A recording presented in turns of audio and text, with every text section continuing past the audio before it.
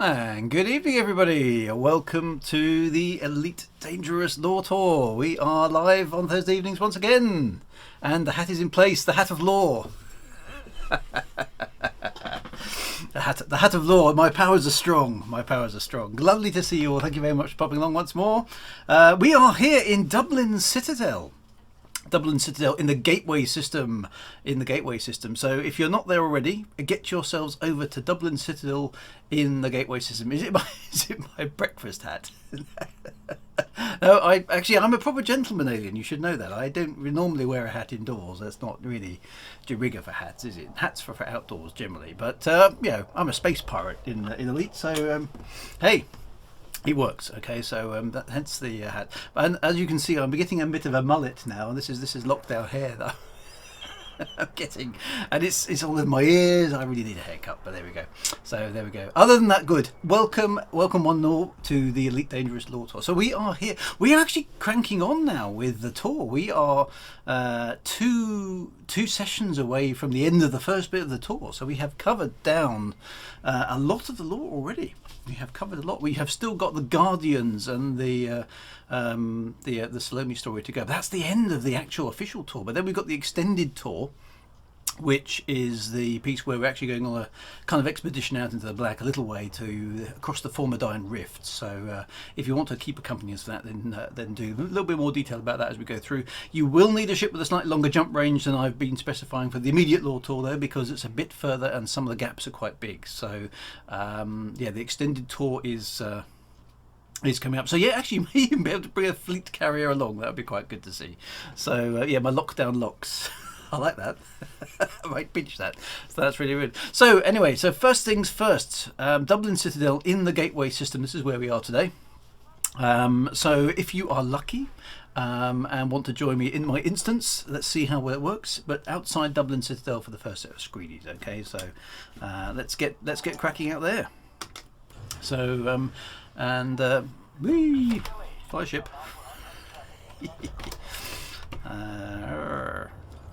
As you can see, I am an expert pilot. I always forget to recenter my thrust thingamajig. There we go. Right. So here we go. Right. So welcome to Commander Blade Gwyn and Commander Drua, which is actually quite appropriate, who have joined me in my wing this evening. I can see a whole bunch of ships out here, so that's very cool. So that's awesome to have you all around. So we are talking tonight about the Alliance. So this is kind of the last of the three great superpowers. We've talked about the epic history of the Empire. We've talked about the epic history of the Federation and where they both came from in the early part of Elite law. Now the Alliance is much later on. The Alliance is much later on. And to kind of get an appreciation, how do I zoom out of here again? I thought it was. Oh, I have to. I thought it was plus and minus. I've got a feeling all my key bindings. Has other people had problems with key bindings in the last couple of weeks? Because mine have just suddenly. Some of them disappeared last week. I don't know what was going on. So I'm not quite sure. Let's just turn the UI back on. Oh, I've got to be in the free camera suite, that's why. It's entirely my fault then. That should now zoom out. There we go. Right, so we can see some of the other ships that are kicking about. Awesome. Oh, very nice crate. Lovely. I do like the camera. That's awesome. So anyway, there we go. That explains why that wasn't working. It's entirely my fault. So we are here in the gateway system. Now, the gateway system is very important to the Alliance, and we'll come to that. But the Alliance is a new phenomenon. Okay, the Alliance is a relatively new phenomenon in Elite Dangerous chronology. Okay, the Alliance is literally it's just about, in fact, it's not even quite 100 years old in the Elite Dangerous law. It's really new political structure. Okay, so you remember a few weeks ago we talked about Galcop. Now Galcop was around for hundreds of years, but it collapsed over 100 years ago. And kind of from the ashes of Galcop, in some ways, it almost made space for the Alliance to appear. In some ways, Galcop and the Alliance have got a lot of similarities, but Galcop is history, the Alliance is current. So, we need to go back in time a little bit again to figure out exactly what was going on with the politics of the universe at the time in order to figure out exactly what the Alliance was and where it came from and what caused it to be. Back in the time of the original Elite, Galcop only. The Federation and the Empire did exist technically in the lore, but they weren't present in the game. In the second game, which is where we're going to start for a moment, you'll find that this is where the whole Alliance thing begins to appear. So I'm going to fire up my trusty DOS box. So for those of you who haven't seen this, I'm just going to pop it up here and switch to DOS box mode. So this is 16-bit we're going here for this first game. Sorry for being a couple of people said, why haven't you got this all done with a match file? I said, well, you're taking out part of the fun of the game. This is all part of the experience. I'm not doing format C. No, I'm not. So getting these games to run on modern computers is actually part of the challenge. So there we go. We're going to run Frontier. Now, for those of you who don't know, I haven't been following along with the game, this is the second Elite game. Okay, this is from 1993. And there we go. So I know you can do a short box, but I like typing in the commands. It makes me feel like I'm there, because that's what you had to do in the olden days. So this is the original game. It has some very funky music, which you can probably just about hear. But it is actually an awesome intro. It has been remade. In fact, it's even been remade for Elite Dangerous on a couple of occasions. I just need to up speed my emulation. I think it's Control F12. Why isn't that working? Maybe I have to do it in here because it's... There we go. I had to give my emulated computer more power in order to get the frame rate to come up. So where are we meeting? We're in Dublin Citadel in the Gateway system. Okay, so we don't need to watch the entire intro. Most of you will be familiar with it. So if I just quickly pop back to this screen here, you'll notice that I've had to increase the emulated CPU speed in order to get the frame rate up. There's not many computers you can do that on, which is quite good fun. So anyway, so the DOS box. So right, so if I start this game, right, there we go. Now I'm going to start with a recommended start position, just temporarily. I just want to show you something, okay? Because this is, as you can see, 1993. This is the year 3200 in the Elite time frame. So here we go, and we're amazing graphics. Look at that, the sky is pink. Hey, we've got planetary landings. No, we don't talk about the Imperial Courier. We're not going there. So let me show you the galactic map. Okay, now this is the galactic map of this period in time. Notice the year is 3200. It's the 1st of January. Okay, now we are in, as you can see, the core systems. This is what the bubble used to be called. Okay, before the bubble, it used to be called the core systems. Everyone calls it the bubble now for reasons, but there we go. Now this is, as you can see, the core systems, and they are centered around, not surprisingly, Sol. Okay, we are in federal space at this point in time. If we go south or down, okay, from I mean, it doesn't obviously make much sense in space, but you know what I mean, okay? If we go down, we will end up ultimately in the Imperial systems, okay? The Imperial systems. So in the 3200, there is the Empire, centered around, as we know, Akanar. And this game goes, as you see, it goes back to 1993. This is when this game was made, and it is, this is where this piece of lore starts. So the Empire exists in the year 3200, obviously, okay. And the core systems is effectively where the Federation is, okay, federal space centered around Sol. But notice up here, we can look around, and there is nothing up here as far as any kind of political structure. It doesn't exist, okay. There's nothing else mentioned which is interesting. There is a planet here you can see named Ultiq. Okay, the Ultiq. That's important because we'll come across it. There's another important system. It's called Alioth. Now notice the in-game description here in the year 3200. Disputed system. Okay, disputed system. Now what that means is there's some kind of Barney going on, as we would say in the UK. There's an argument. It's there's two sides contesting this system, and it doesn't take too much to guess who those two sides are. Okay, it's the Federation and it's the Empire. Alioth is a disputed system at this time in the Elite Dangerous Law. Okay, and also Veliers. That's the system that disappears. What we talked about with the Thargoids last week. That was quite interesting. And INRA and all that kind of stuff. And I've lost it now. But anyway, there was a system called Ultiq, which is quite important as well. Okay, so that's the second game. Okay, 3200. So let's just quit out of there. Now, if I go back to DOSBox again very quickly and fire up the third game. So this is 2 years later in our time frame. And sorry, I'm just going to have to reset that. That wasn't very clever of me.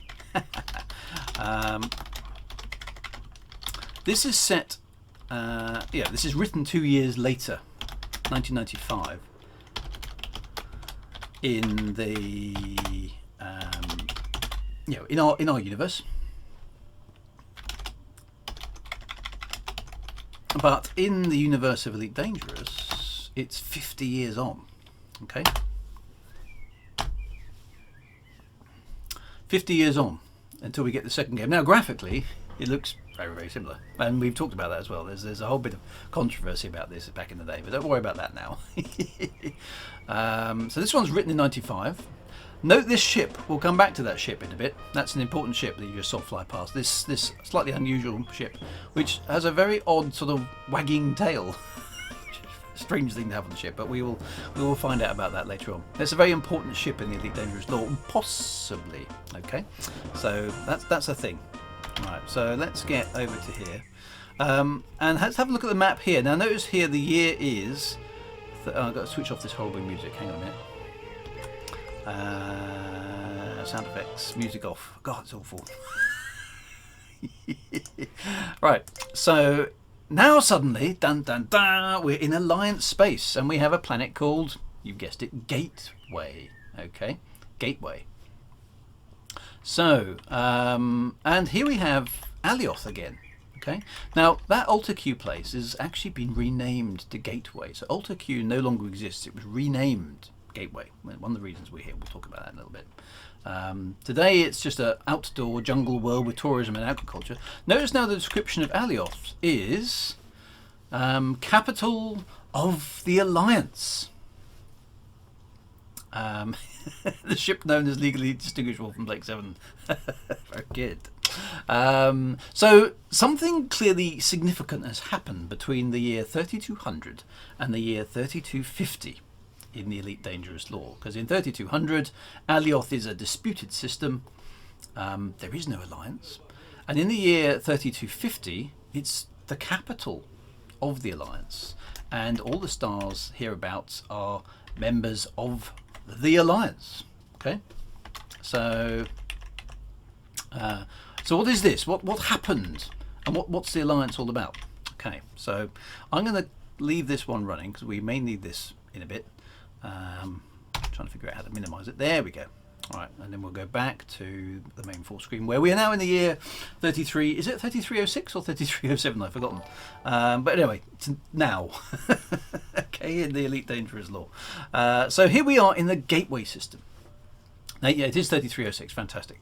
Now, you will remember that from previous Law Tours, we've talked about, the Federation came from Earth.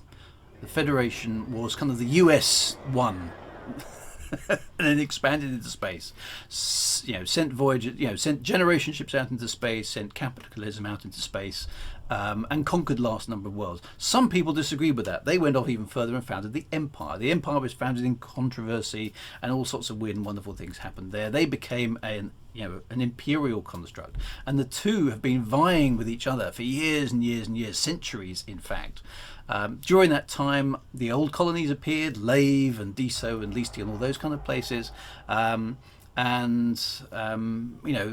bubble has slowly been expanding and expanding and expanding, but there's always been these two superpowers, and they've always effectively been at kind of not quite at war. Sometimes they have been at war, but a lot of the time they haven't been at war, fighting. They've kind of been in a Cold War, and they've been trying to annex systems, and they've been trying to do all this sort of stuff, and this stuff has been going on for a long, long time.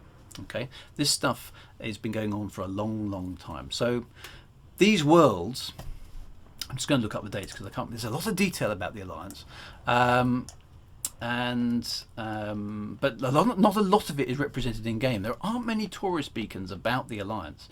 Okay, it's quite hard to dig up information on them. So the area around this.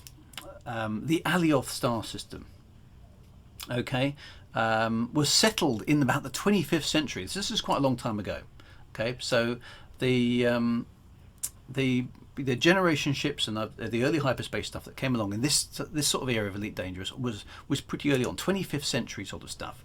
So if we look at the galactic map, I'm just going to jump back in my ship for a moment. If we have a look at the map here, and we zoom out a little bit, we can see that this part of space, and we can see loads and loads of people around. Notice where we are, approximately. So I'm going to zoom around. There we go. So Sol is down there, down at the bottom.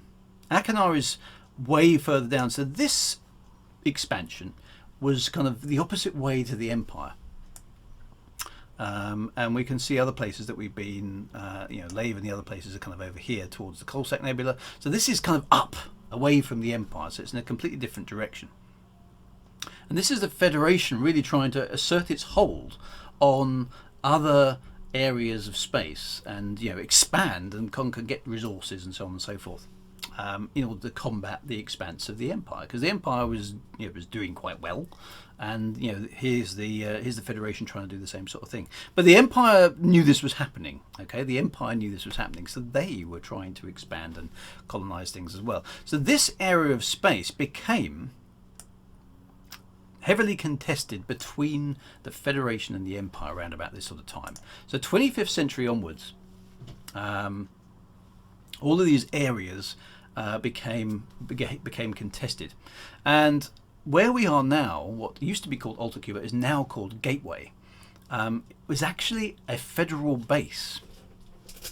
And this is where a lot of Federation strongholds were kind of kept for controlling this region of space. So this became like a staging post for the Federation at this point in time. So that was a kind of big deal. And a lot of stuff was done in this area to bolster the Federation's influence in this kind of area of space. And then what begins to happen is that the Federation discovers that there are a lot of resources, way more than anybody expected, in the Alioth system. So the initial forays into it in about the 25th century, they start finding minerals, they start finding all sorts of weird and wonderful stuff in the Alioth system, and it's like there's suddenly like a gold rush into this area of space. And people who are living in the Alioth system start to play off the Empire and the Federation against each other. They keep doing deals, okay? And they kind of, there's weapons smuggling, and there's like minor conflicts in the system. It's all very lawless, okay? It's kind of like the Wild West in space at this point of time. And there's a mix of different kind of minor organisations, and they're all kind of vying for money basically inside the Alioth system. And so the Federation and the Empire are brought into like a proxy conflict. They're fighting wars, sometimes supporting some of the factions, sometimes supporting some of the other factions. It becomes quite a mess. And there's people in the Alioth system who've kind of cottoned onto the fact that, hang on, there's a stack load of resources in this system. Why don't we keep it for ourselves? And basically the Federation and the Empire basically go, no, we're not having this. We're not having this at all.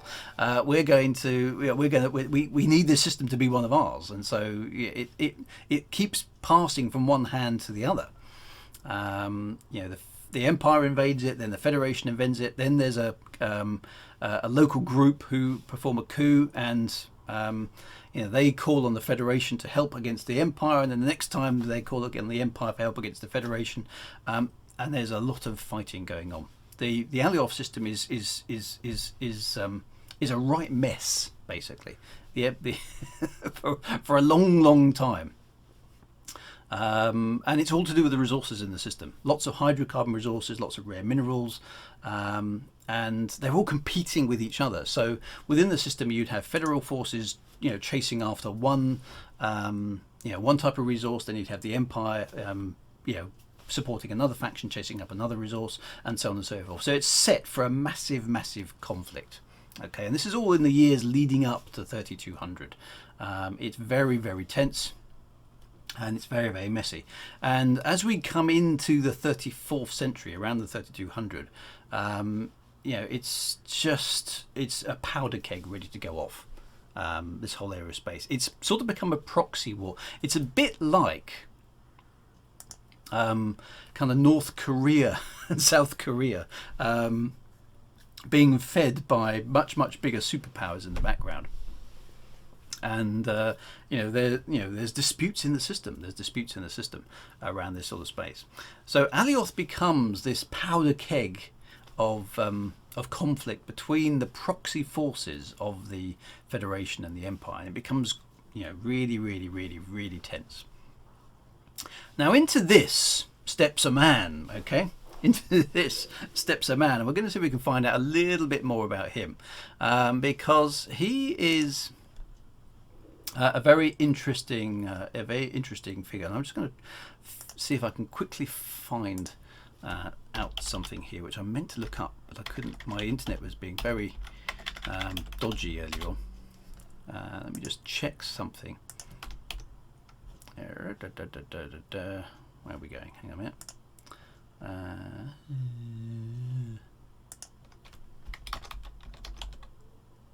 Okay. Yeah. So we have a man called Mick Turner. Okay, now those of you who know your Elite Dangerous will have heard of this guy. He's put into the lore in a number of places. He's quite mysterious, and he comes from a planet called Asafa. Now, the planet Asafa does not exist, or sorry, the system Asafa does not exist in Elite Dangerous. So his lore is a bit strange. So the way it's spelt is this way, and it's mentioned in the old lore, but the system does not exist in Elite Dangerous. Okay, so Mick Turner comes from the Asafa system, wherever that is. Now we know that some systems get renamed across the years, so I'm just going to do a quick check, because I must admit I didn't check this earlier on, I didn't have time. Let's just see if it's in. I don't know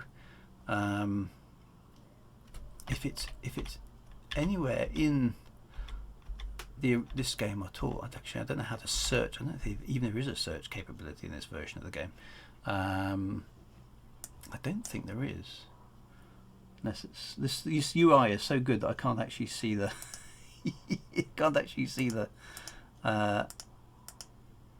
the UI at certain times. I don't think there's a search capability, unless anybody can remember how it works. But the system seems to be written in the lore, but it doesn't appear to be in the game. So Mick Turner is a guy who comes from this system which doesn't exist. Okay, doesn't exist. Another Phantom system. We've come across a few of these across the year. Now, some of them have been renamed. Like AltaQ has been renamed to Gateway. We know about that. The Velier system, as we found out the other week, has mysteriously disappeared. Or possibly been renamed, but it's also changed its star type, so that's a little bit weird as well. So there's some inconsistencies that maybe, do we trust the galactic map as it's presented to us? Maybe there's some weird and wonderful things being hidden behind the scenes. So, but Mick Turner steps into this fray. Now, he's born in the lore in the year 3205. And he's born into this powder keg of political tension between the Empire and the Federation, vying for the resources of this area of space. Now that sort of implies that the Asafa system, wherever it is, if it still exists, if it ever existed, is somewhere around here. Okay, is somewhere around here. Interesting enough, Eulexia here, as you can see, is a system where I've got one of my ships stored. Now that's actually a system of mine. That was my Kickstarter reward. And it's been placed in Alliance space, which is okay. I don't mind that. I didn't particularly ask for it to be there, but I'm kind of sort of vaguely proud that it's an Alliance system. And this area of space is now Alliance space, as you can see. And there are also here, you'll notice, some other systems of note that if you've been playing the game with engineers, you'll also be aware of as well. So some of those places are quite cool. But Mick Turner is a key figure. Now, why is Mick Turner a key figure? Well, he comes up as a pilot, and he moves to Alioth, and in the year 3228. So this guy is about 23 years old at this point in time.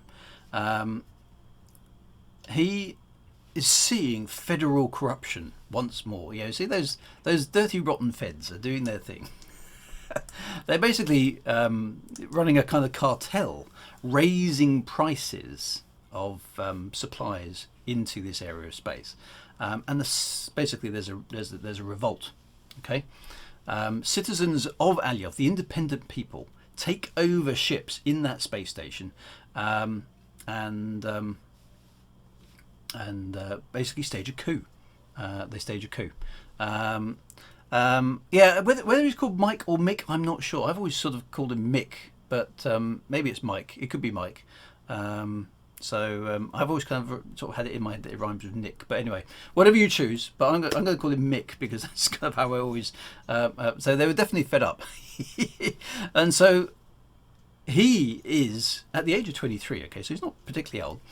He's caught in this thing, but he is a good pilot. Okay, he actually, somehow masterminds this coup of the Alioth system, and unusually, the Federation and the Empire, actually team up at this point to deal with it. But in order to see exactly what happens there, we need to go to the Alioth system. So let's do exactly that. So for those of you who got your ships ready, set course. And now you will need a permit for this, which I've been asking you to get. So if you don't have the permit for Alioth, you won't be able to get in. Okay. So you may need to multi-crew to somebody who does. Alioth is not that far away, as you can see, but you do need the permit in order to get in. Make sure you've got that. Well, it's a bit late. It'll take you a couple of hours to get it if you don't have it. So if you don't have it, grab a multi-crew session with somebody who does. But that's where we're going next. So set course for the Alioth system. We're going to go there. So I'm just going to try not to run over anybody else's ship. Lovely collection of ships. I love the British Army version there of the Cobra. That's really cool. And we all sort of split up and start moving away. Awesome. I'm just trying to make sure I don't bump anybody else's ship. That's a lovely looking Cobra. Whose is that? The Vulcan. That's awesome. Nice one. Woo! I just crushed into somebody's ship. Reckless flying, yes, I know. It's outrageous, isn't it? Heading for Alioth system. Right, here we go. So, set course for Alioth, and we'll get there. It's actually... Oh, it's Stephen Usher's ship. Excellent. I'm glad you're in the same instance. A bespoke paint job. Very nice. And actually a Vulcan bomber. I love it. A bespoke paint job. I didn't know you could get bespoke paint jobs. I'm a bit jealous of that. Awesome stuff. Here we go. Off to the Alioth system. This hyperspace stuff never gets old. It's really cool.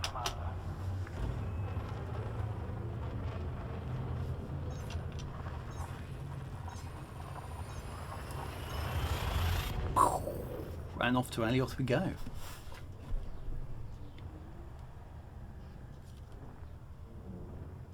Oh, okay, so you got a bespoke paint job instead of a physical thing. Oh, nice. Okay. Well, you must... I presume you're the only guy in Elite Dangerous who has that then. Is that right? Wow. Okay, well, I'm just going to refuel because habits, okay? Can see a lot of people here who obviously do have the Alioth permit, which is great. So well done, guys. Now, we need to head to... let me just get this up. We need to head to a space station called... And you can see the Alioth history, so if you do want to check out the tourist beacons, then feel free to go and have a look at those as well. We are heading to... down, 4, there we go. We are heading to... there's Mick Turner as well, so a little bit more history there to go. Let's go to... that's Turner's World. Let's go to Donaldson's Port. Okay, Donaldson's Port. Around Turner's World. And all will be explained. I do like this supercruiser assist, so there we go. Donaldson. Donaldson is the space station we're headed for. Supercruiser is active, that's awesome. So, Mick Turner then, or Mike Turner. I think it's Mick, I'm pretty sure it's Mick, we'll find out. He's a young man, he's a space pilot, he's a good space pilot, and he's caught in the midst of this this coup where the people of Alioth have kind of revolted against mostly against the federal corruption. But you know, Mick Turner pushes this assault back. Okay, so federal imperial forces join together to try and take Alioth and get it under control, but independent systems around this area join with the rebels in the Alioth system, headed up by Mick Turner, and they push the Empire and the Federation back. Okay, and there are these cells, if you like, of resistance called they're called the Cakers, or which I think is the way we pronounce them, They form this resistance to the rule of the Federation and the Empire, you know, this entire kind of powder keg then kind of basically explodes, and the Federation and the Empire are pushed back out of the Alioth system. So this becomes you know, a source of big embarrassment for both of the two main political entities, the Federation and the Empire. It becomes highly embarrassing. Now, the Empire is the first to give up. Okay. The Empire is the first to give up, and the reason the Empire gives up, if you recall from the Galactic chart, the Empire is a long way from home at this point. They're on the opposite side of the Federation, and they realise that they've got problems with their supply line. Okay, they've got problems with their supply line operating at such a distance, and they basically look at this and go, "This is not economic for us. You know, it's one system. Yes, it's got a lot of resources in it, but it's too costly. We are better off not fighting at such a distance and not fighting over a single system." So the Empire effectively stops. Okay, the Empire effectively stops. That leaves the Federation kind of on its own, and they continue trying to suppress the you know, the Alioth system for many years. Okay, and so this is rumbling on for quite a long time.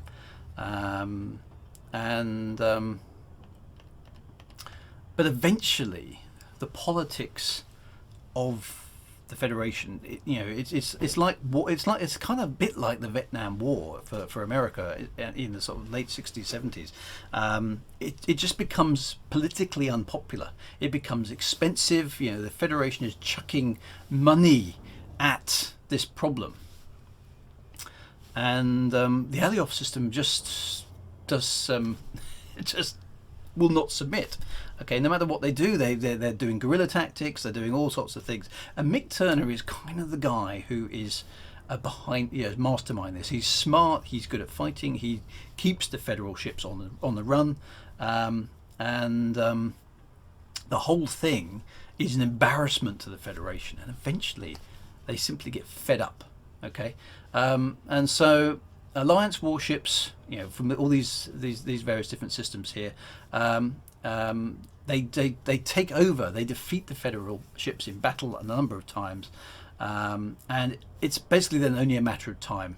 The rest of the rest of the Alliance force, the rest of the Federal forces in the system, ultimately surrender to these independent systems centered around Alioth, and boom!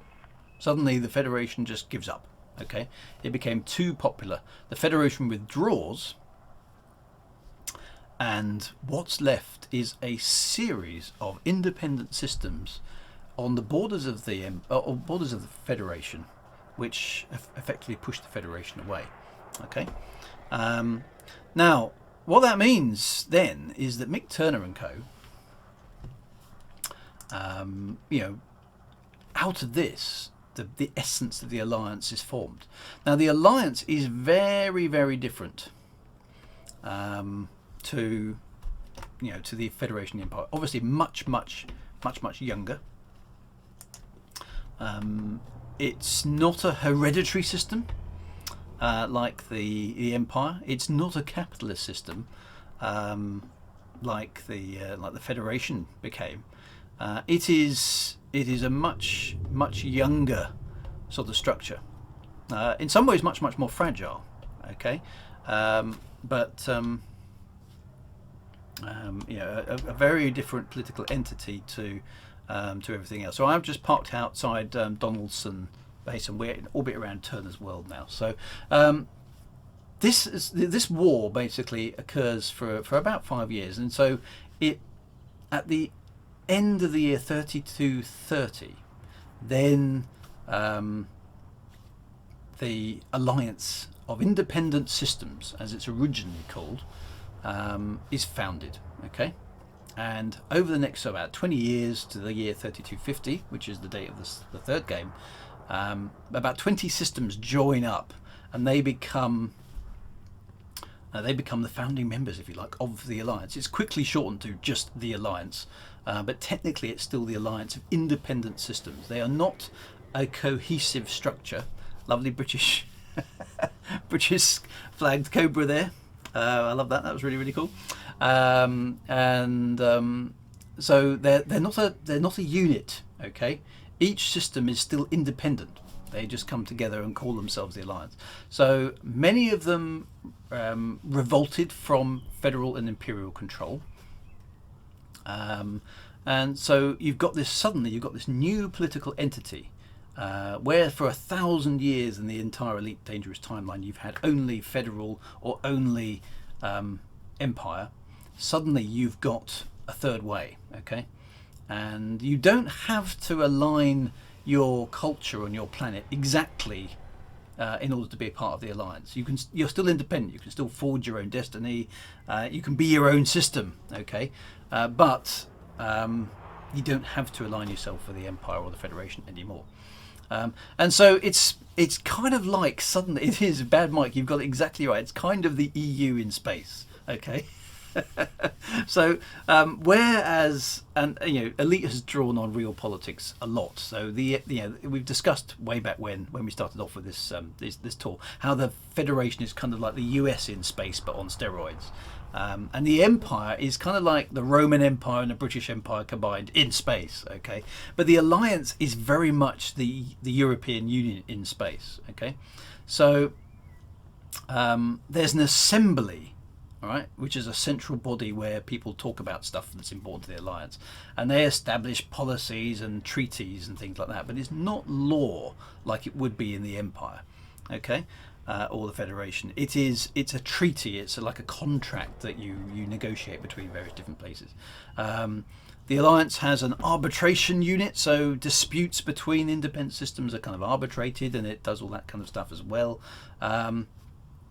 And so they're loosely connected. They're not a cohesive whole like the Empire would be or the Federation would be. They are brought together for a common interest. Now there is, in the lore, it doesn't exist in the game as far as we know. We've never seen it, okay? But there is in the lore. There is an Alliance Navy. Okay, it's not very big, but there is an Alliance Navy, and there's an Alliance Defence Force. Okay, so they do have a military capability, and basically each independent system is asked to provide a certain amount of military capability to the Alliance as a whole if the Alliance kind of needs it, and that's kind of how it works. So, but the Alliance is more kind of like the civil service in space. Am I drifting? Sorry, my ship. Let me just pop back in the cockpit. Maybe I've got my engines on slightly. There we go. I am. There we go. Ooh, why's that coming up? Go away. I can't. I can't see a thing. There's a ship in front of me.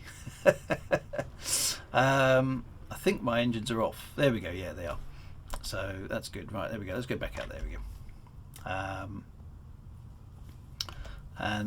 So yeah, so the Alliance is kind of like a civil service in space. It's very much looser control than it would be in the the Federation and the Empire. Very different kind of structure.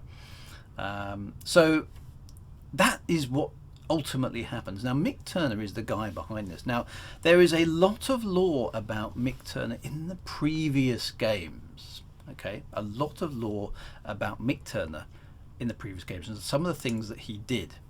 Okay, so he is very, very significant in the earlier games. He comes from a system that doesn't appear to exist anymore. He is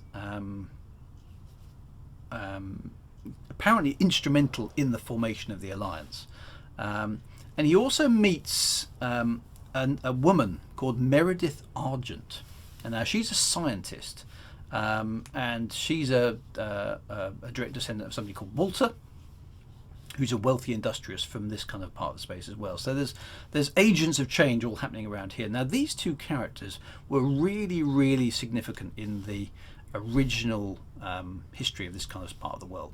So in Elite Dangerous, the Alliance exists, and for various reasons it took a long, long time for any Alliance branded ships to even appear in the game. Okay, so all the main ships like the Anaconda and the Imperial ships and the Crate and the Adder and the Cobra, all these designs were specifically non-Alliance ships. It took a long time for Alliance ships to appear, even though the Alliance was an important part of the game lore. Obviously fairly recent in the lore as well. And the Alliance has always been a bit of a poor stepchild in the game. Compared to the other factions, it took a long time to get some Alliance specific ships. We've never seen an Alliance capital ship in the game as yet. Obviously we've seen an Imperial one, the great big Interdictor class ships, and we've seen the Federal, the big Federal ships as well. Haven't seen an Alliance one. According to the lore, they do exist, but we've not seen one yet. So they're supposedly out there somewhere. Doing alliancey things, okay. But the Alliance is kind of in terms of the game, it's kind of a little bit of the poor stepchild. But in the strength of the lore, it's not. It's on an almost equal power footing now with the Federation and the Empire. So there's interesting stuff going on at that point in time. Now, going back to the previous games, however, there's a lot more to this. Now, if you look up Mick Turner and Meredith Argent in the Elite Dangerous lore, there's very, very little on them. You'll find a couple of Taurus beacons that just mention they exist, okay? That these two people existed and maybe did some stuff. And that's about all you can find. But let's compare and contrast with what happened in the previous Elite. So you remember I had it running, I still got it running, up here. So this game, let's just pop over to here for a moment. In this game, an awful lot of stuff happens regarding these two individuals. They are mentioned in the lore numerous times, and there's a lot more going on here than Elite Dangerous appears to, so far, have told us about.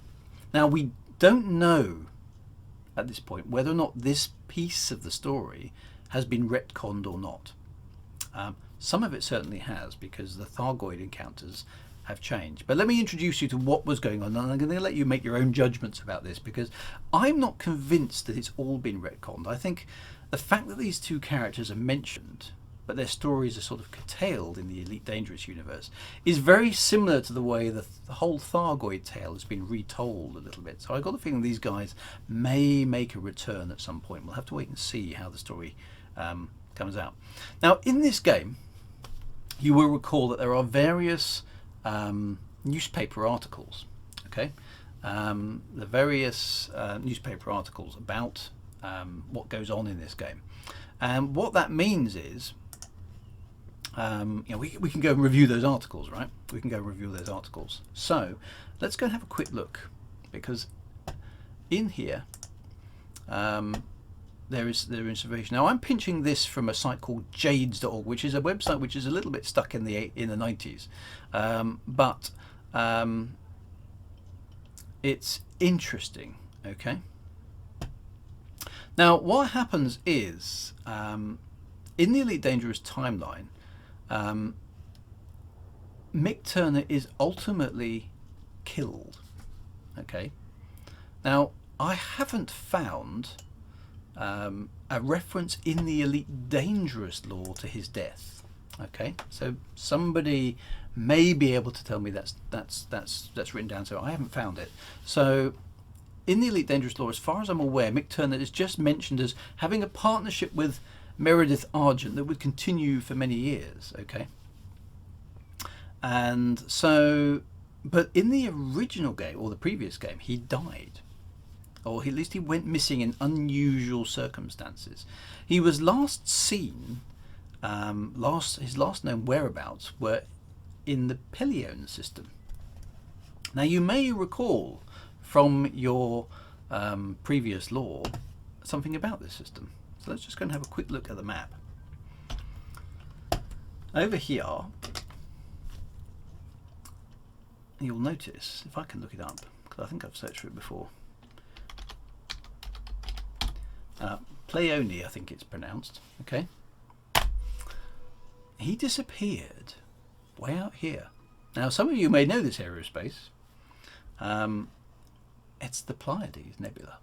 Okay, Pelion is, according to the previous game, the last known position, the last reported position of Mick Turner.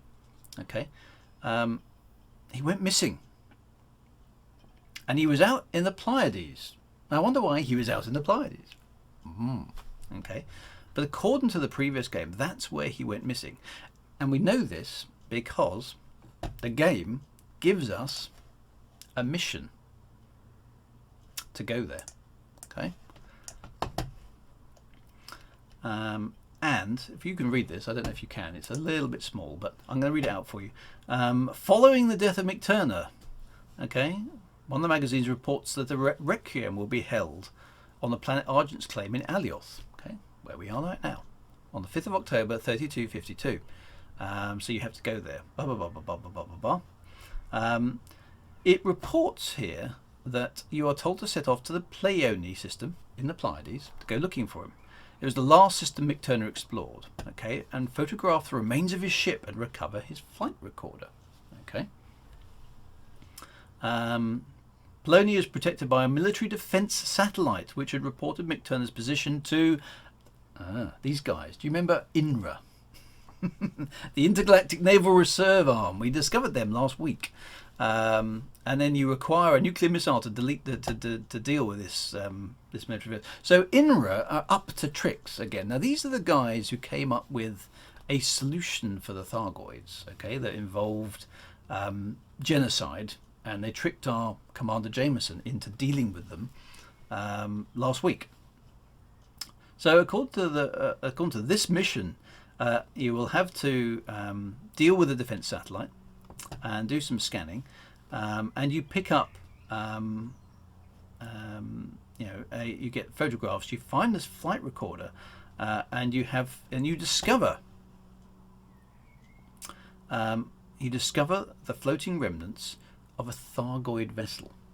Okay, so it appears that, and there's alien artifacts and all sorts of things going on in here. So it appears in this game that Mick Turner was up to something with the Thargoids. What was he doing? What was he doing? So now none of this, as far as I've been able to tell, has been confirmed in Elite Dangerous, but there are some oddities. Okay, there are some oddities, because later on in this mission, we go down here, is you are required. You're told here that Turner found a Thargoid shuttle in the Polaris system. Okay, the Polaris system, and they want you to go and investigate. Okay, so you try and retrace the steps here. Okay, you can get to the play-owned system. You can go and have a look around there. Have a snoop around. It's worth having a look. The Polaris system also exists. The Polaris system also exists. It's a little way off. Okay, now it requires a permit. Okay, it requires a permit to get in. And it required a permit in the previous game as well. And you were given this permit by said authorities in order to get into the Polaris system. Now, it still requires a permit today. We can't plot our way to the Polaris system. It tells us we need a Polaris permit. There appears to be no way to gain the Polaris permit in Elite Dangerous.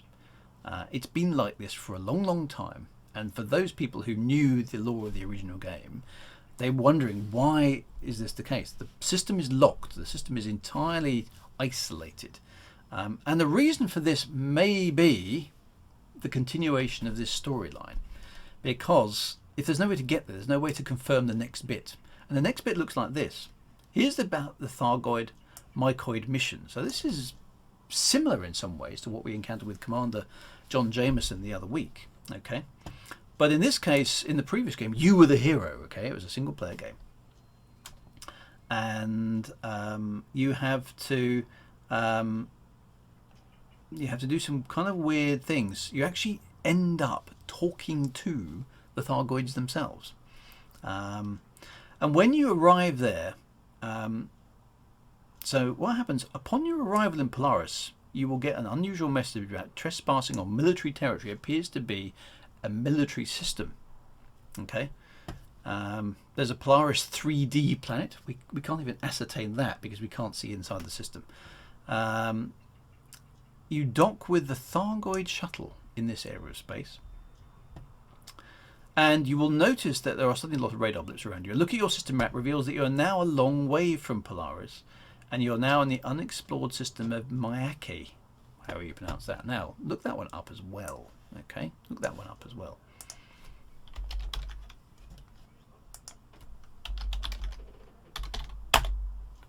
Got to spell that right.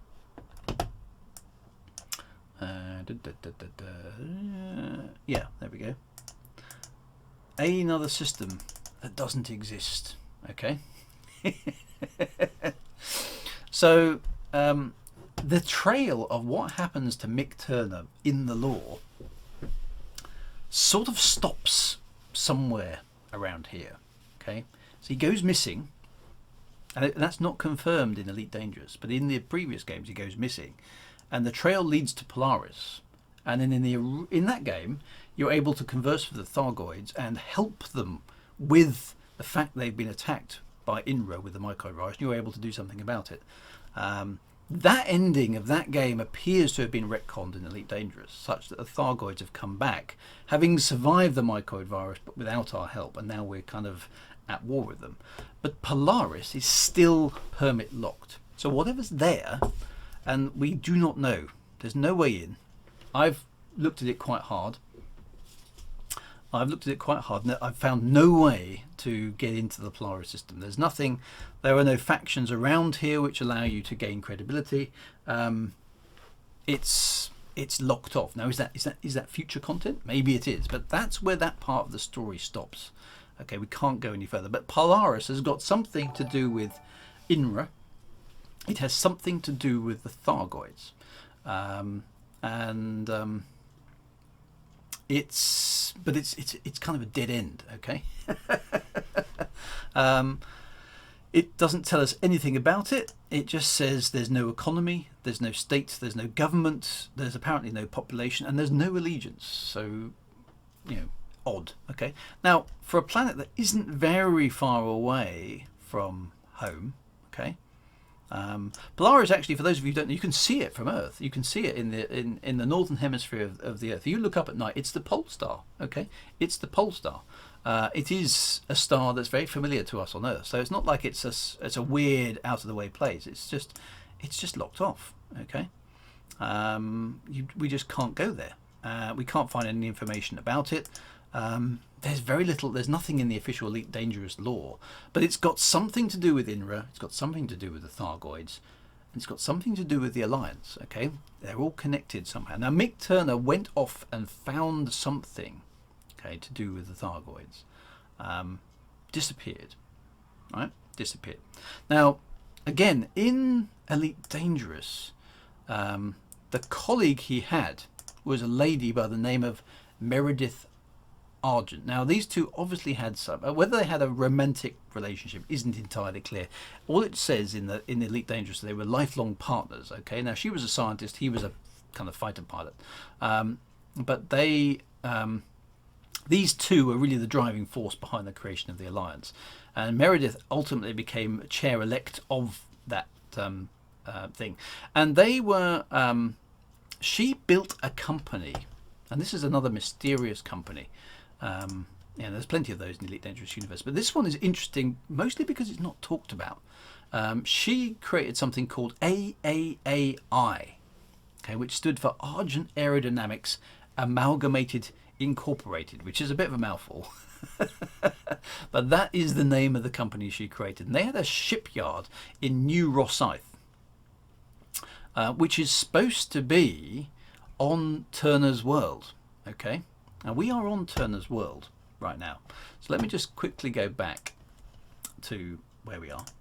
Now, here, I don't know if I can see where Turner's World actually is. Can we actually see it on the screen? I'm just going to rotate my ship slowly around. Where's the actual planet? Can anyone see it? I can see a lot of ships. I can't see. There it is. Right, so there's Turner's World, okay, over there. Named after Mick Turner, not surprisingly. Okay, so that's what all this aerospace is. Now, if we have a look quickly at the system map, you'll notice that over here, this is it here. So actually, it's Alioth 5 is a gas giant, but in orbit around it, we have Wicker's World, we have Turner's World, and Argent's Claim. So the characters have planets named after them at this point in time. Okay, so Turner's World, obviously named after Mick Turner, and Argent's Claim here, named after Meredith Argent.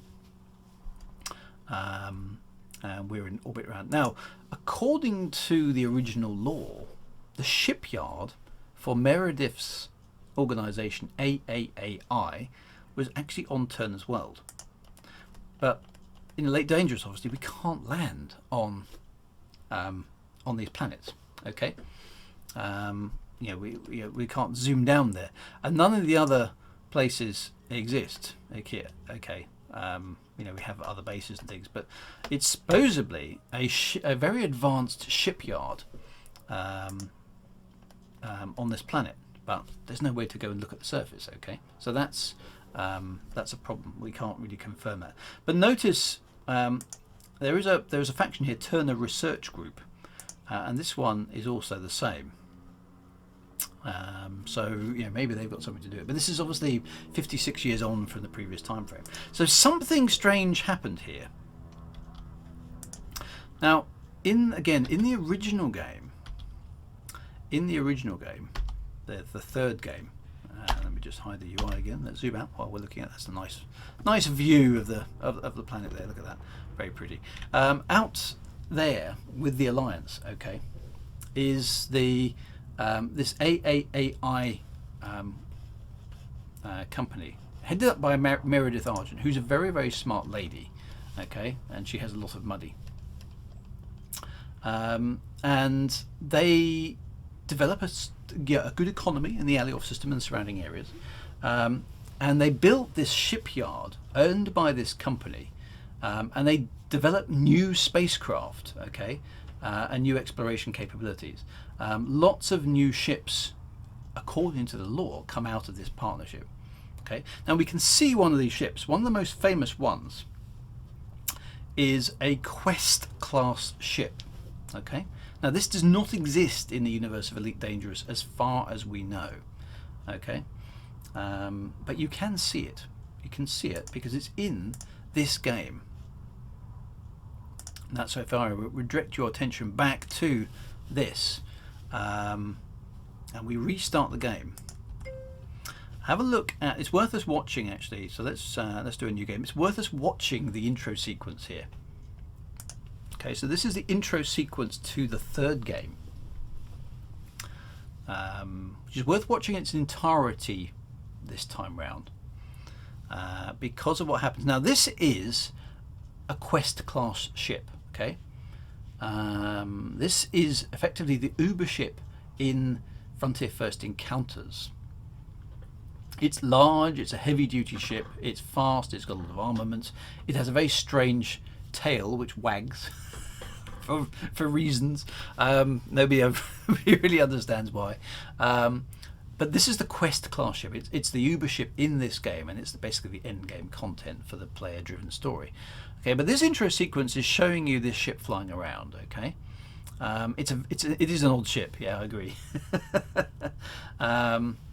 But it's an Alliance vessel. Okay, it's an Alliance vessel, and we're taking a low pass over a planet there. Incredible graphics from 1995, of course. And you can see here's the ship flying around doing its thing. Going past the space station, doing all this kind of stuff.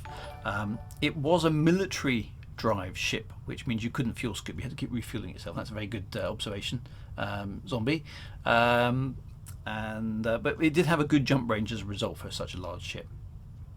Okay, now there's another odd-looking ship coming out here, which I think this becomes a victim of. The Quest class ship. I think that's an Imperial a trader or explorer or something. So yeah, it does have a vague chieftainy feel to it, doesn't it? Now the police have taken a dim view of this. These are different class of Vipers. I'm not quite sure. There we go. It's an explorer. That's it. Slightly different class of Vipers. Now they attempt to deal with this ship, and it doesn't go very well, as you might expect. So some attacking going on there. And I think it drops some mines on them or something. Does it drop some? Yeah, it drops some mines. There you go. Boom. Don't miss. Okay, so one of them gets destroyed. That's one of the police ships down. And then, watch what happens next. Ooh, green lasers and a TARDIS-y thing going on. Okay, so something dun dun dun Thargoids. Okay, that's the intro of that game, and that's the Turner class ship. Now, according to the lore of this game, that was the Turner class ships were developed by Meredith and Mick as part of AAAI's sort of New Rosyth shipyards, and they were deliberately designed to be able to track down and locate Thargoids. That's what they were for. Okay, and Mick was testing the ship when he disappeared in the Pleione system, which is in the Pleiades. Okay, so it's no accident that our encounters with the Thargoids happen in the Pleiades area. Okay, and that is very consistent with the rest of the lore of the game. And Mick Turner went missing in unusual circumstances, and the trail that you followed as the player in the previous game led you to the Polaris system, where you encountered Thargoids.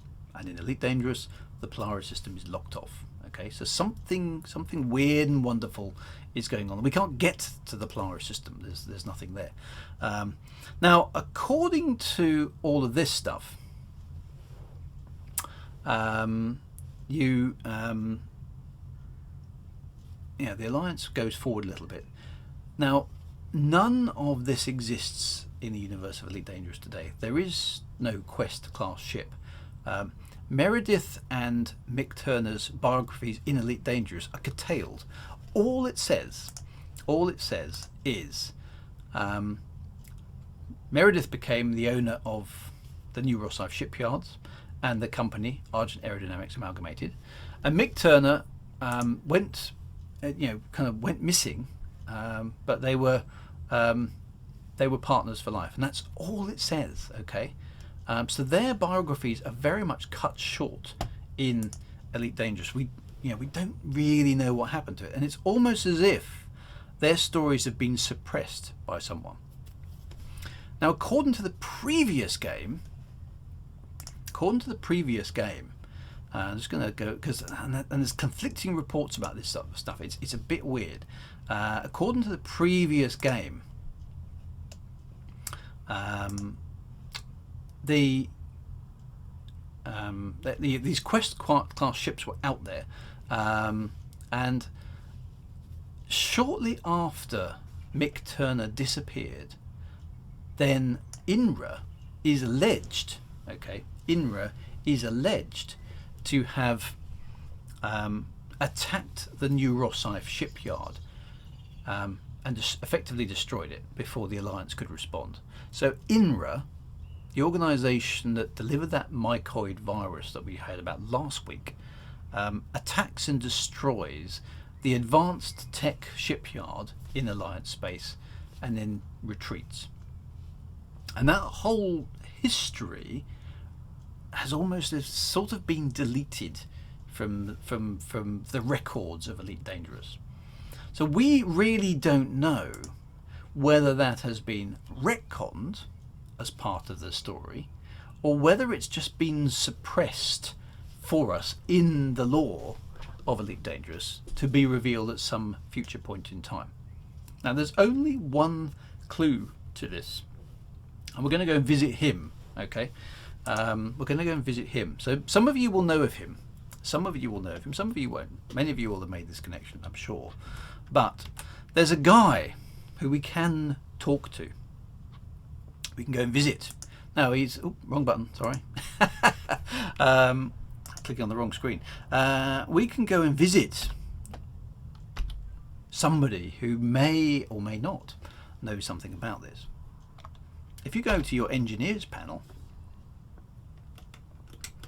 you'll see. Where is he? Oh, I haven't got him on the list on this one. But way down the bottom here. Actually, I haven't unlocked him. Some of you will. I'm just going to look up where he is. Because I can't remember. Where's his base? There we go. He actually, I think he's in the. He's not far away, is he? Yeah, he's actually here, and he's in the Alioth system. So, where's his actual base? Because I haven't unlocked him on this account. So I've got the where's his actual base?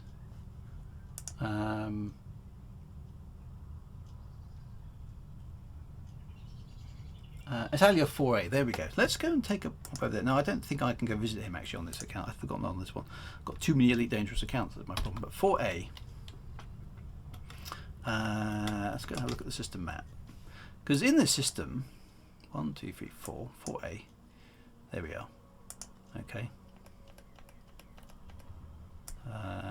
So yeah, no, I haven't unlocked him. So I wonder if I can. This will be an interesting thing to see what the game does, because some of you will have unlocked him. Okay, he won't show up, but you'll still be able to load. Okay, well, let's go down there. Can somebody? Let's go to Alioth 4A, because we can talk about him on the way.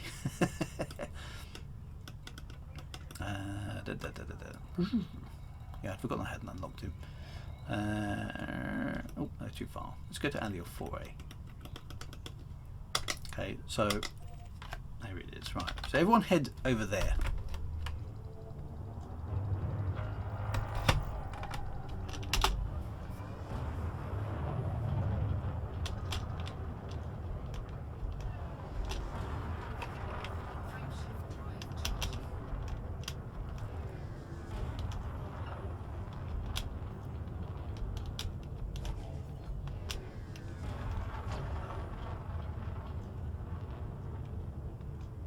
Take me a while to charge my Frameshift drive. I can go there, but the base will shoot me down. Okay, well, I bet not. I won't go too close in that case. There we go. Yeah, so on Alioth 4A is an engineer's base, okay, and he's one of the later ones to unlock. You have to go through the others to get there. Now, I haven't bothered on this account because I don't really need it. I've only really done exploration on this one, but I'll see how close I can get without getting into trouble. But his name is Bill Turner, okay, Bill Turner, and it is he claims to be the son of Mick Turner. He claims to be the son of Mick Turner. Now, there's some doubt as to this, whether this is actually true or not. Yeah, so I've got the same problem actually, Blade. It's my exploration account too, so I haven't unlocked him, which is a bit of annoying, but you know, it's all part of the lore. Okay, so who is Bill Turner? Is he really the son of Mick Turner? In which case, is he Meredith Argent's son as well? Or you know, did Mick do other things and had other things? We don't know. Okay, we're not sure. He claims to be the son of the elusive late Mick Turner, and that's the only reference we have to the fact that Mick Turner is effectively dead. Okay, and you know, he can do things with plasma accelerators and stuff. So he has a base. A very, he's quite sophisticated. He's an engineer. He can tinker with things. He knows stuff. Okay, he's a okay. So Dr. Wer or Drew, I'm not quite sure how you pronounce that, has unlocked it. Okay, well we'll follow Dr. Wer down. If that's how I pronounce it. So we'll see what happens when we get there. But I don't want to get too close. But anyway, so Bill Turner is supposed to be the son of Mick Turner, who's instrumental in creating the Alliance. And it appears there's a connection with the Thargoids. INRA made a preemptive strike in the Alioth system not that long ago and took out the base, which seems to have done away with Meredith Argent as well. She seems to have disappeared from the lore at about that time. And we don't know the details. Okay, we don't know the details of what happened there. So it'd be interesting to see. I think that if you don't have the permit, you won't even see the engineer base. Well, we can test the game and see what happens. That might be quite fun. So let's pop down to Alioth 4A, because this is another bit. This is the Elite Dangerous game teasing us a bit. Okay, because Bill Turner may or may not be the son of Mick. He claims he is. Okay, so we know Mick Turner is still a character in the Elite Dangerous universe. So is everything else that he did? He went searching for the Thargoids. Did he find them? What happened in the Polaris system? We don't know. All of these things are questions which require answers, and we haven't had them. And there has been very, very little about the Alliance in the Elite Dangerous lore to date. We just haven't heard too much about them and what's been going on. But it seems, general observations seem to be that the Alliance has slightly better technology than the Federation and the Empire, almost as if they've been able to reverse engineer things. And there's certainly lots of suggestions in the lore and rumours in the lore that the Alliance technology, particularly centred around AAAI, this strange company, have somehow managed to reverse engineer Thargoid technology in some fashion. Okay, now there is something about this that I know about, which some of you won't, unless you've read the book that I wrote, Elite Dangerous Premonition. Now I looked through all the lore and asked Frontier for permission to expand Bill Turner a little bit and connect him up with David Braben's mysterious club. Okay, the club is yet another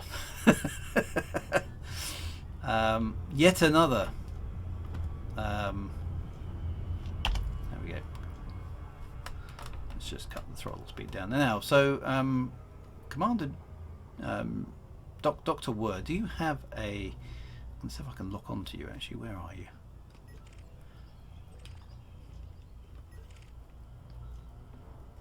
I've got a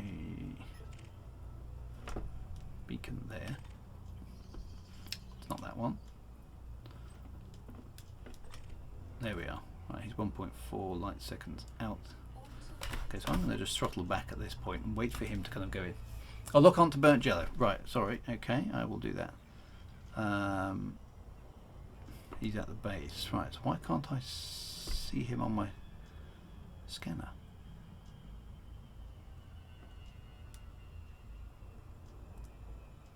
That's a bit weird. Okay, I'm going to get back out. I'm in my wing with him, so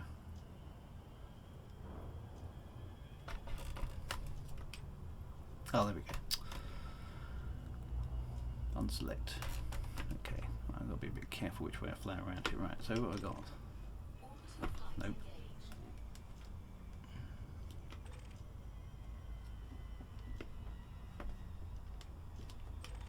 There we go. Right, I'll get around the other side of the planet. Yeah, excuse me while I just fly about a bit.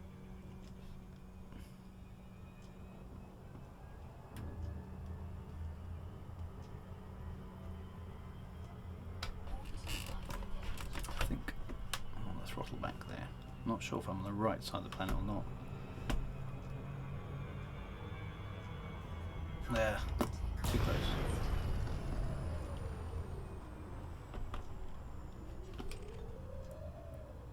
To be on the other side. Oh, he can't approach. Okay, well, that's interesting. So maybe that's going to cause us some fun. But anyway, I'll give it a try.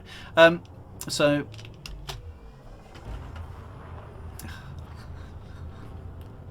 the base, yeah, he can't approach. Okay, so the base is marked as hostile. That kind of makes sense that you wouldn't be allowed to go and visit.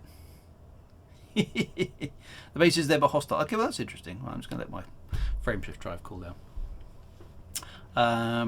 So yeah, the Alliance is mixed up with the Thargoids and INRA, and Mick Turner and everything else is all connected to this. And Bill Turner appears to be the son of Mick Turner. Now, in the lore I was given, the club is yet another organisation which is clandestine. It seems to be vying against the Dark Wheel for a lot of the time. It's kind of the way it reads.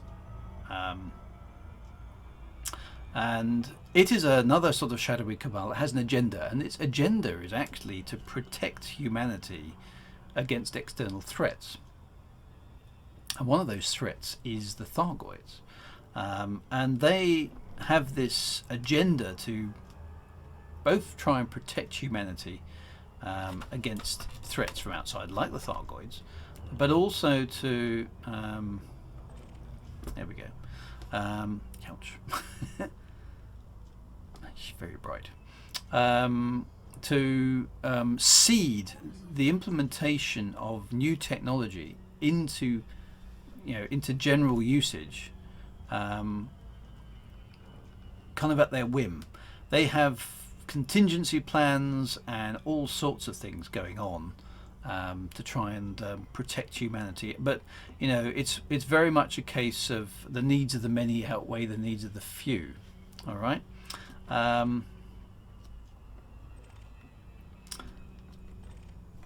Wing signal. There we go. So let's follow that here.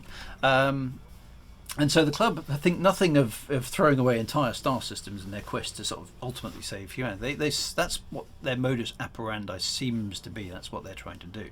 And in Elite Dangerous Premonition, I asked whether or not I could connect Bill Turner more formally to Mick Turner, and I actually get one of the protagonists in my story to go and investigate Bill Turner, trying to find out what he really is up to. Okay, and because he seems to be operating in the Alioth system fairly obviously, despite the fact he's got this kind of super cool base here on Alioth 4A. The outcome of all that is that right, so there we go. I'm in proximity to this base, but as you can see, there it is. But I better not get too close because it's hostile. So some of you are entitled to approach. I will be met with lethal force. Nice. Okay, so I'm not going to fly over there because they're going to shoot at me. But you guys can check it out. So I've sort of, asked for permission to formalise Bill Turner's relationship with Mick Turner, and Bill Turner very much, therefore, in the story that I wrote, does have connection to Thargoid technology. So I sort of tried to cement that in the lore a little bit, because part of me was saying, well, that's sort of how the lore's presented itself anyway, the information that I've got. And this isn't sort of top secret now because Premonition's been out for 3 years, and if you want to, you can obviously go and read the book. But it is, that's what I wanted to do. I wanted to sort of cement this, and I was hoping that Frontier would run with that and continue the story of Bill Turner and maybe explore the Thargoid and the INRA connection, and Polaris would ultimately be unlocked and we'd have things to do and da da da da da. Now, INRA was put in the game. We've seen the INRA bases. That whole mycoid story definitely happened. Jameson was there, and so on and so forth. Now, Bill is connected to that. There is reverse engineering of Thargoid technology going on in the Elite Dangerous universe. There is more about this that some people inside the universe of Elite Dangerous know, and we don't yet know officially. So something was going on with the Thargoids. There's more to that Thargoid story than meets the eye. And Bill knows something about it. Okay, Bill Turner, the engineer, knows something about it. Polaris is still locked. We can't. The trouble is, we can't dig any further into this piece of the story inside Elite Dangerous, which is a bit frustrating. So there we go. So has the club actually been mentioned in game? Not that I'm aware of. It was something that was very much behind the scenes, quite deliberately. It doesn't officially exist. So it's not like the Dark Wheel in the sense that it's well known as a myth to the people of the Elite Dangerous Galaxy. It kind of luxuriates in the fact that it nobody knows it's there. It's just a collection of kind of resources. David Braben called it the military industrial complex. So it's almost in some ways like it's not an organization. It's just a very small group of people who influence much other bigger corporations like Sirius, like the Alliance, like the Federation, like the Empire. The club itself is a tiny little piece that has massive influence over the entire Elite Dangerous. It's kind of a Illuminati in space, I think. But a lot of these things are in space. Okay. Well, that's a good point, actually. There we go. Military industrial complex, Mick. I hadn't even thought about that. Maybe that's a clue. That's very cool. Yeah, well done for spotting that. I hadn't thought about that at all. I don't know. Illuminati is that sort of thing. It's an Illuminati-esque kind of thing. Now the club are supposed to have been aware that the Thargoids were coming long before we knew about it, okay, and they've been prepping for it. And it appears that the club have had an ability to suppress knowledge of things like INRA, because INRA was very well known in the previous games. But in the universe of Elite Dangerous, it's almost like a myth until we uncover those bases, which do in fact actually exist in Elite Dangerous, as we saw. Bill Turner's connection to Mick Turner is uncertain, but appears to be substantiated. INRA definitely exists, the Thargoids clearly exist, but how these things are all connected, at this point in time, the story seems to have stopped. And it's kind of like, okay, well, what happens now? So Polaris is locked. We can't go and investigate that. We know Mick Turner went to the Pleiades and disappeared. Did the Thargoids nab him? Did the Thargoids kill him? What happened? And then what's interesting about all this is about this time in the lore. Bear in mind, we talked about hyperspace and various other bits and pieces, previously. Should really zoom out there, shouldn't I? There we go. Could just about see Bill Turner's base in the background there, which is quite fun. I'll sort of angle it up there. There we go. So about this time, remember, we have primitive hyperdrive technology. Very primitive hyperdrive technology up until just before the Elite Dangerous game starts. And then suddenly, apparently out of nowhere, comes the Frameshift drive. Okay? The Frameshift drive is suddenly, it's a bit like Hitchhiker's Guide to the Galaxy. It's a wonderful new method of crossing interstellar distances.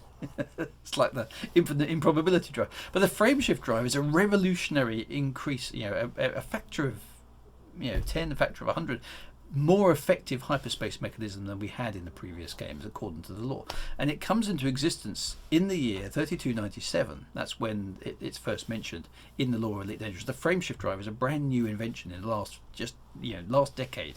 It's entirely tied with the Elite Dangerous game, of course, in the way it works. But in the lore, it's a very, very new capability, and it's odd that the Alliance has this amazing capability.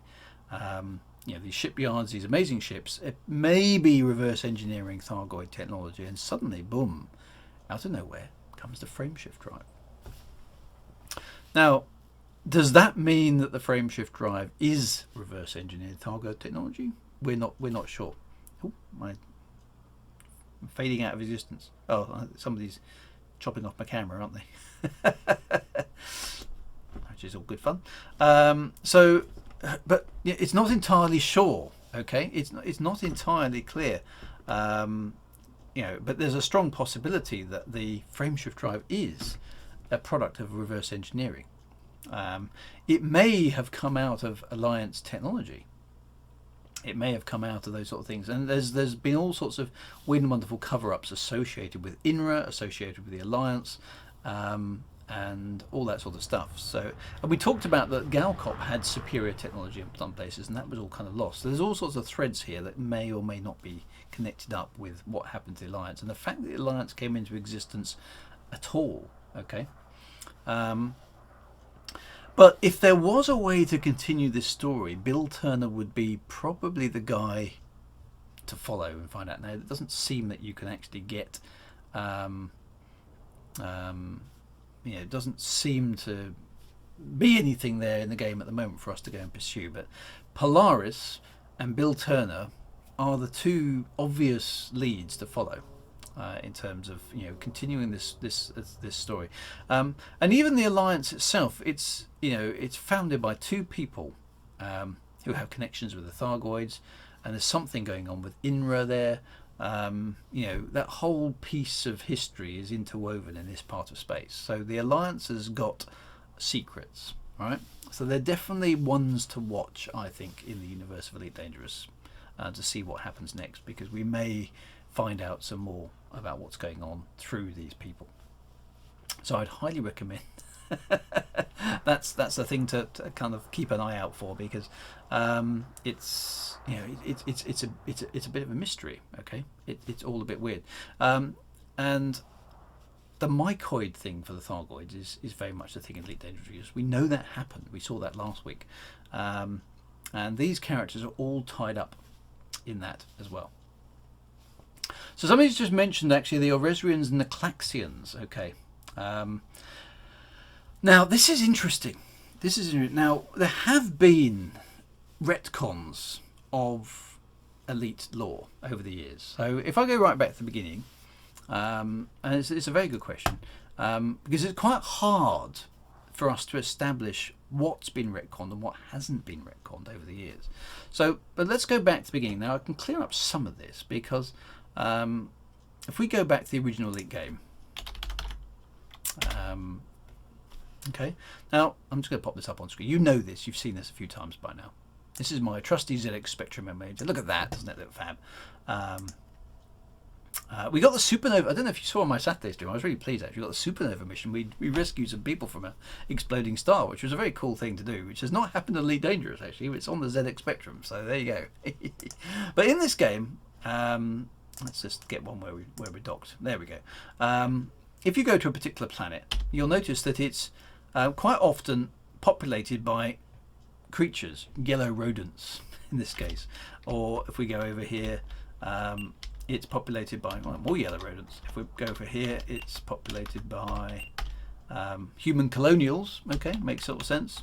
And here it's populated by small blue bony birds. And over here, more human colonials. That's okay. What about down here? Human colonials, a bit boring. Colonials, a bit boring. What about this one? Okay, human colonials. Come on, give me something interesting. Red slimy lizards. Okay. Now the implication in the lore, well, there's more human colonials. Okay. Now the implication in the lore for this game is that the universe was populated with sapient creatures. Okay. And occasionally you would come across edible poets. and slightly weird things. So the universe of Elite, the original game, is full of, I mean, human colonials are by far the most common, as you can see, but there are, I'm going to keep looking for some odd ones. Humans, it's giving me boring stuff at the moment. Blue furry humanoids, you know, so there's odd things out there. Bony felines. Also, small bug-eyed lizards, yeah, so there's all sorts of weird stuff out there. Okay, now, so in Elite, the universe was populated with weird creatures, okay, that were supposedly sapient, that you could have conversations with, okay.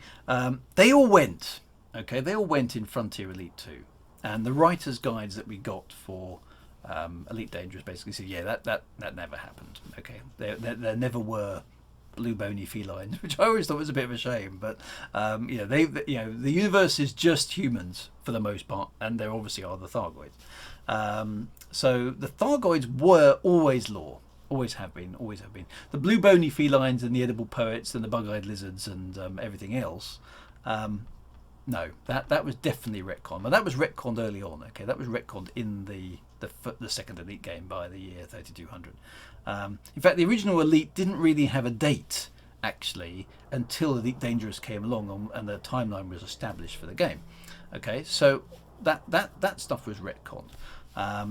Now, in the second game, there were no Thargoids,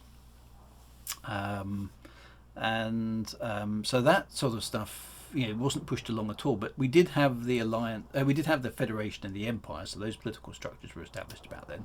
And then the Alliance came along in the third game, and those things have been retained. Okay, those things have been retained. Now, the story that happened in the third game has been retconned to a degree. Elements of it have happened, but in the third game, you were the hero, and you actually could fight on behalf of the Thargoids, and you ended up having a Thargoid ship, which was quite cool.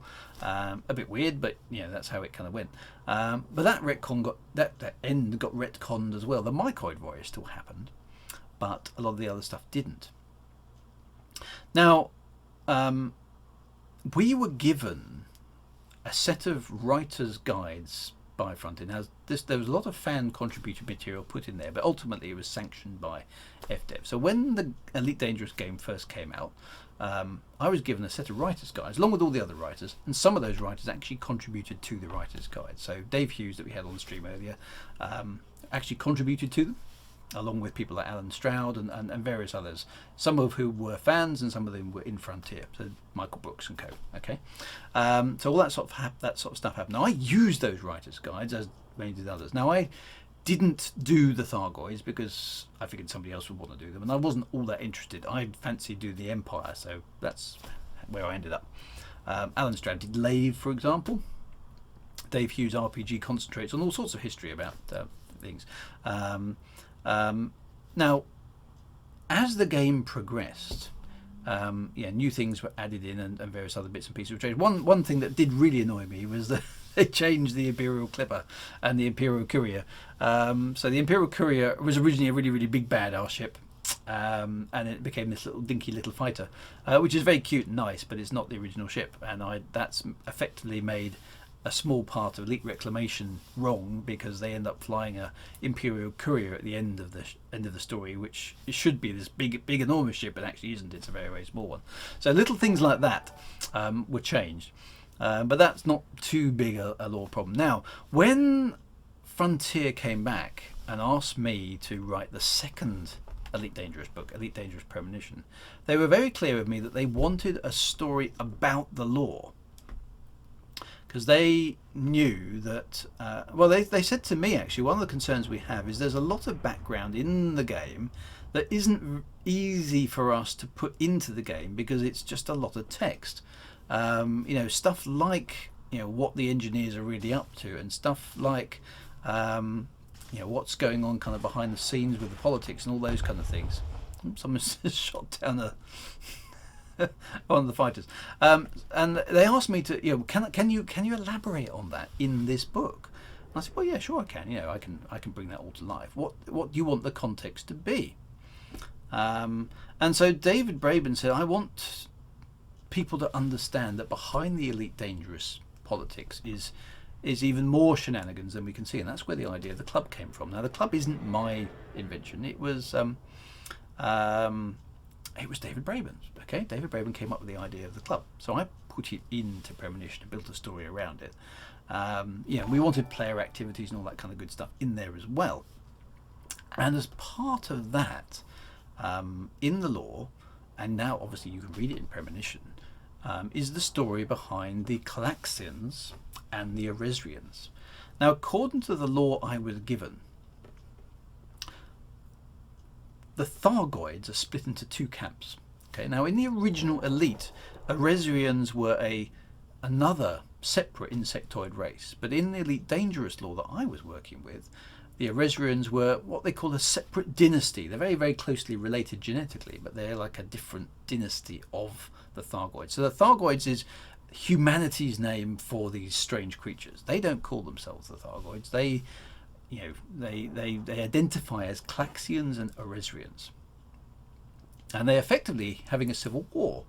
Okay, they're effectively having a civil war, and the Eresrians are losing, and the Eresrians are running away from the Calaxians down the spiral arm of the galaxy, and they just happen to be heading in our direction.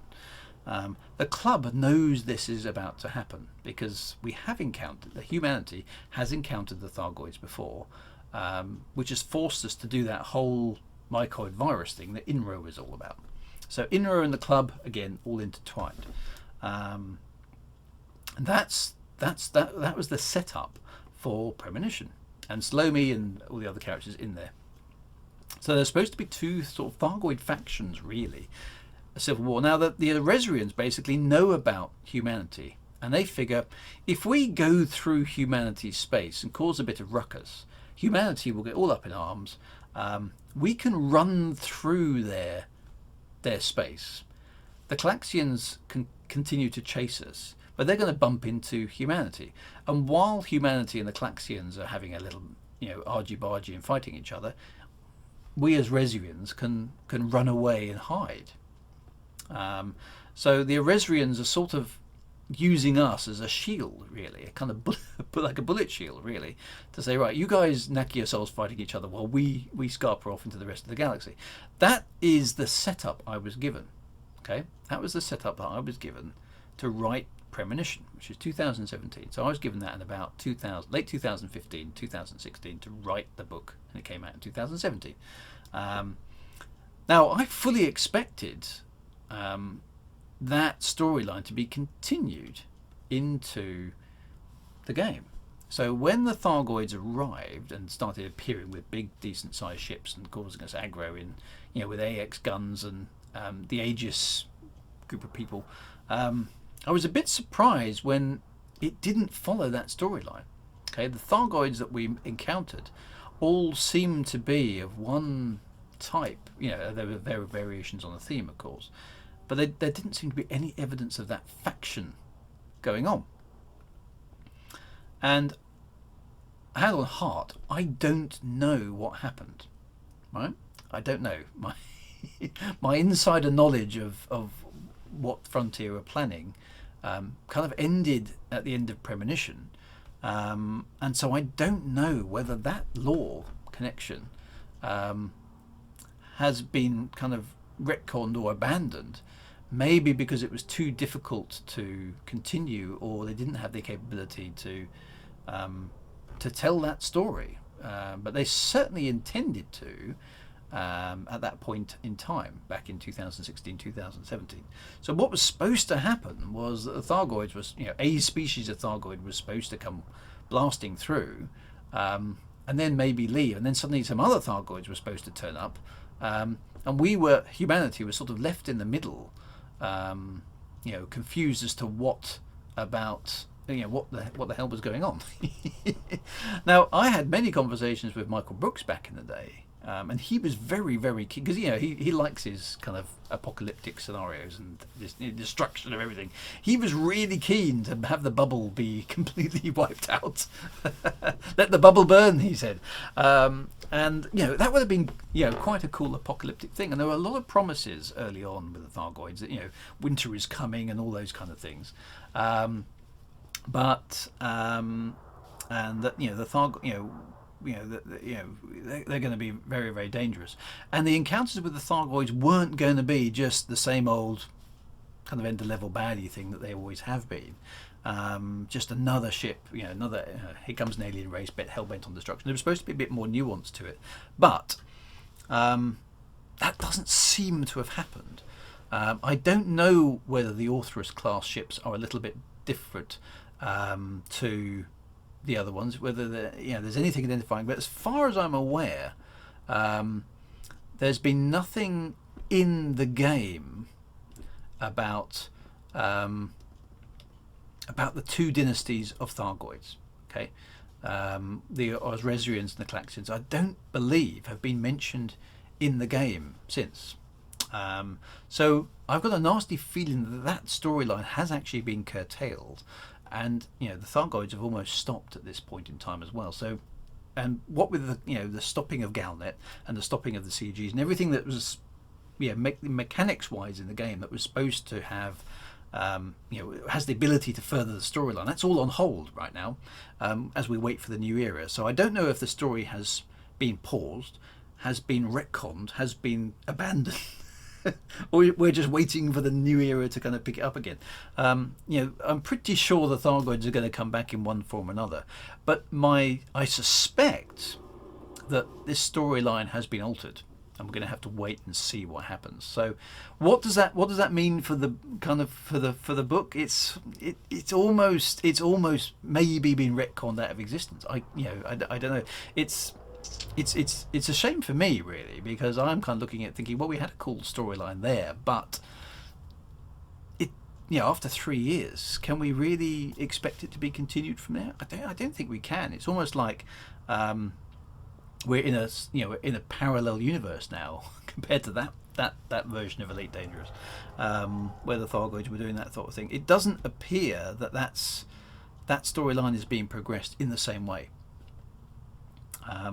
No, it wasn't the Guardians. The Guardians were always there. Well, the Guardians were there from about version 2.2 of Elite Dangerous, I think.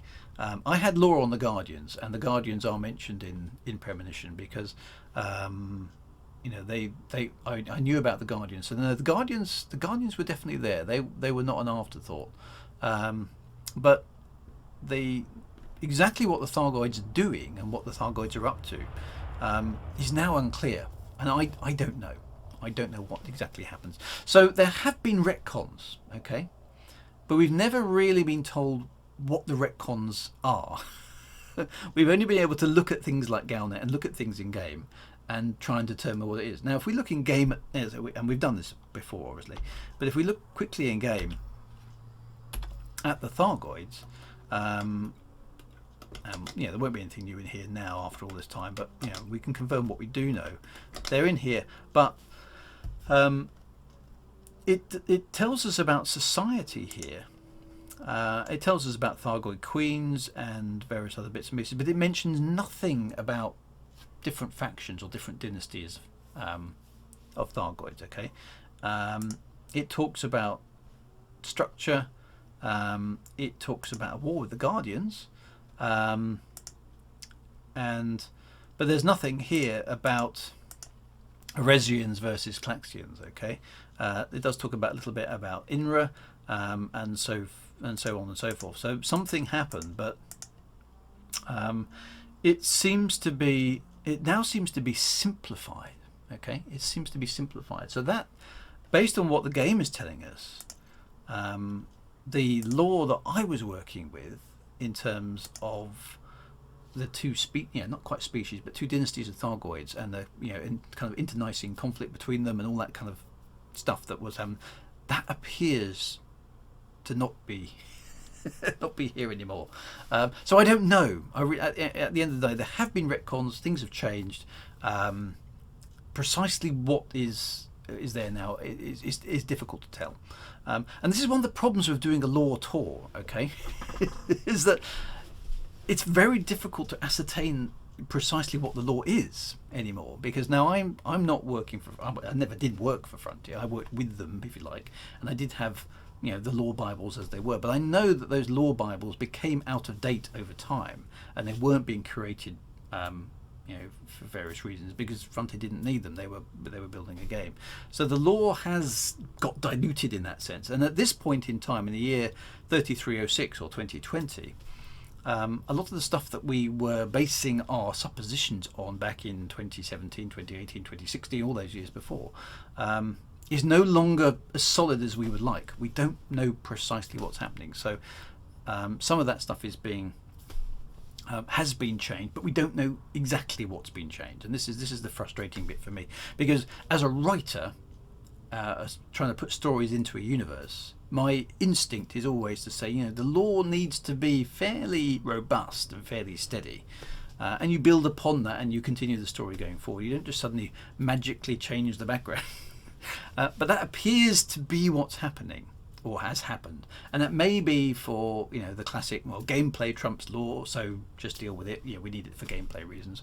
Or maybe the lore story is too complicated to do in the game for we can't do that.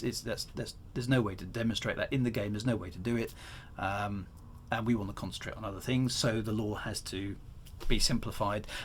There could be all sorts of reasons why it's changed, but it does appear that it's changed, which in some ways is a shame, but at the end of the day, it's Frontier's story to tell. Okay, so or maybe it's been forgotten. Galnet's been shut down. We can't dispute that. It's gone since January. Okay, now maybe it or something like it will come back. We've got no guarantees about that. We don't have any CGs. We don't have the interstellar initiatives. We don't have Galnet at all. We have the historical Galnet, but there's no new story happening in the game. We've talked about before, the Codex is a lovely idea, but it's never been updated. There's no new content in it. We can't go into the Codex every week and go, oh, there's a new thing, and look it up. This information here is lovely, but it's totally static, so it's not going anywhere. And we're sort of left at this point with, well, what happens next? Is there anything to follow up? There are lots of little places in the game where clues could be dropped. We've got Polaris, we've got Bill Turner, we've got missing star systems that might suddenly reappear. We've got INRA, we've got the Thargoids, we've got the Alliance space and all the history behind it, which is what we talked about tonight. All that sort of stuff is there. So there's a mechanism to bring it into the game in terms of storytelling, but at the moment it's not happening. And we got fleet carriers coming. So that's it. Prop BFC. Yes, Halsey. I mean, there's an amazing story, and I'm not allowed to tell you. I'm afraid. Behind Halsey and what happened to her. You remember, for those of you who don't know this, back years and years ago now in Galnet, Halsey had some strange experience. She used to be president of the Federation, and she had this weird. She went on this trip, had a hyperspace accident, saw some weird stuff. Okay. And came back with sort of a message for humanity, but she was deemed lost, and President Hudson replaced her as head of the Federation. Now Halsey came back, had this weird vision, and she went on the trip, and then literally started the trip. Yeah, quite right. But, and this is what's frustration for me actually is in the writer's guides. There's something about this. Okay, there is something about this, but I am not allowed to tell you because it hasn't appeared in the game. It's NDA. So there was a whole piece of, and again, this may have been retconned and may just have been given up, but there is something in the lore that, and because it hasn't appeared in the game, it's strictly NDA. I can't. I'd be breaking my agreement with Frontier to do it. But explain what that vision was all about. So there was a story thread there to continue. Now it hasn't been continued. Galnet stopped. There's no vehicle to continue that story at the moment. So I don't know whether or not they're likely to do things. So is it possible to appear? I don't know. And there's lots and lots of other little threads, like mysterious artifacts on Mars, and the sentient AIs that were lost in space and things like that, which could come back in the universe of Elite Dangerous. Kickstart the defense fund to get the secrets down. So I have to bear in mind that I signed a contract with Frontier, and there are certain things there that haven't appeared in the game, thus I'm still effectively top secret. Everything I've told you on the lore tour you can go and find for yourself if you look hard enough. I haven't given away anything that isn't in the game. Hopefully just trying to put it in context for you with previous games and all those kind of bits and pieces. But there was a bunch of story there which was like, oh, is that going to be continued? When are they going to go and do that? And it stopped, which is kind of like, why would you do that? But and I don't want to get into a moan fest about Calnet and all that kind of stuff again, because I've done that. But it is, it's that's kind of where we are. Okay, we've got this beautiful universe with the Alliance and the Federation and the Empire and the Thargoids and INRA and Galcop and all these sort of things. It's a wonderful universe full of life and interesting political stuff and heroes and heroines and skullduggery and adventure and everything going on, and we're sitting in this universe waiting for cool stuff to happen, and all the news sources have been switched off, so it's a bit of a weird situation to be in. So I don't know. It's a strange situation to have found ourselves in, and the idea behind the lore tour was to kind of bring the prehistory of the game to life, and that sort of is bringing us up to date with events in the Elite Dangerous universe. We're now, if we summarise, we had leaving Earth with the Federation, the Empire forming. The Alliance is much later on, in the last sort of 100 years or so. We've had the colonisation of Lave, we've had the arrival of the Thargoids, we've had the weird stuff of INRA and the mycoid virus.